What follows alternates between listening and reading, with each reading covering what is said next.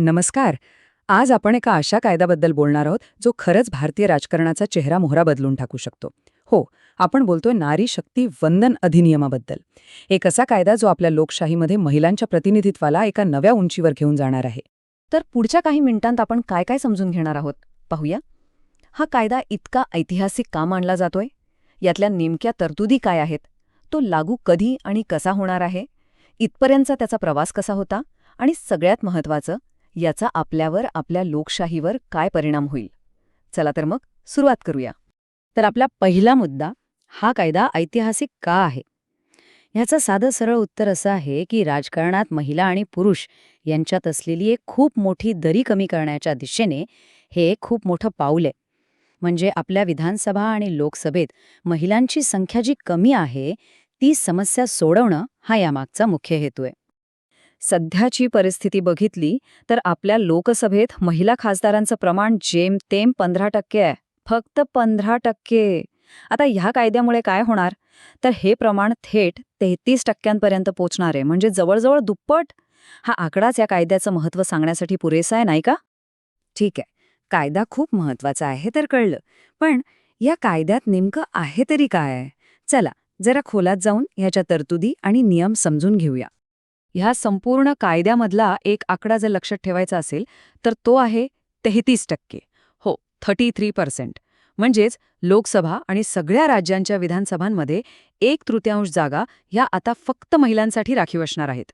खरं तर हा अशा कायद्याचा मूळ गाभा आहे. आता या कायद्याची काही खास वैशिष्ट्ये पाहू.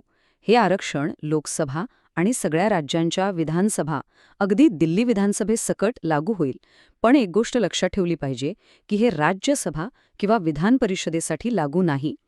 आणखी एक महत्त्वाची गोष्ट म्हणजे याच 33% आरक्षणाच्या आत अनुसूचित जाती आणि जमातींच्या महिलांसाठी वेगळं उप-आरक्षण असेल.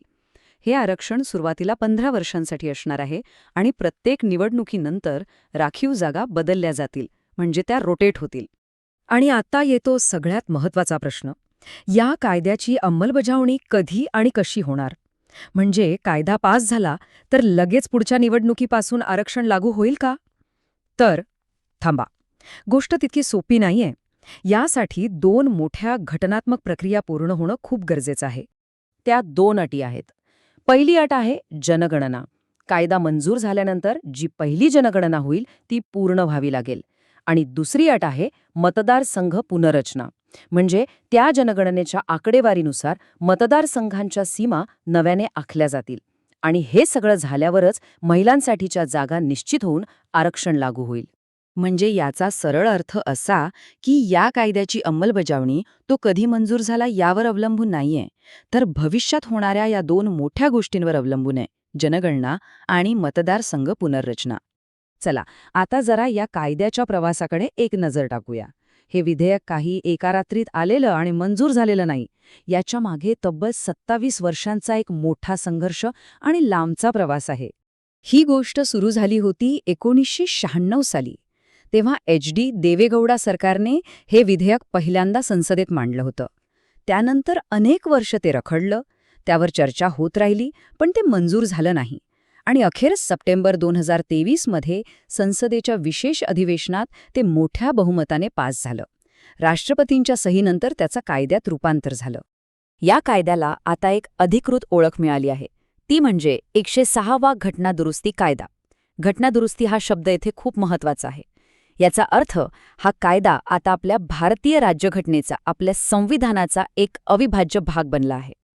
आणि आता आपण आलो आहोत आपल्या शेवटच्या आणि सगळ्यात महत्त्वाच्या मुद्द्यावर, की या सगळ्याचा परिणाम काय होणार आहे. हा कायदा आपल्या लोकशाहीला आणि देशाच्या भविष्याला कसा आकार देईल? तर सगळ्यात मोठा आणि थेट परिणाम आकड्यांमध्ये दिसेल. आजचं जे जवळपास 15% महिलांचं प्रतिनिधित्व आहे ते कायदा लागू झाल्यावर थेट 33%वर जाईल. हा एक प्रचंड मोठा बदल आहे. याचा सरळ अर्थ असा की जेव्हा देशाची धोरणं ठरतील तेव्हा महिलांच्या प्रश्नांना, त्यांच्या दृष्टिकोनाला अधिक महत्त्व मिळेल. थोडक्यात सांगायचं झालं तर महिला सशक्तीकरणाच्या आणि एक अधिक सर्वसमावेशक लोकशाही घडवण्याच्या दिशेने टाकलेलं हे एक अत्यंत महत्त्वाचं आणि क्रांतिकारी पाऊल आहे. आणि जाता जाता एक विचार करण्यासारखा प्रश्न, जेव्हा आपल्या विधानमंडळात बसलेल्या प्रत्येक 3 आवाजांपैकी एक आवाज महिलांचा असेल, तेव्हा चर्चेचे विषय काय असतील, देशाचे प्राधान्यक्रम कसे बदलतील, याचा विचार करायला हवा.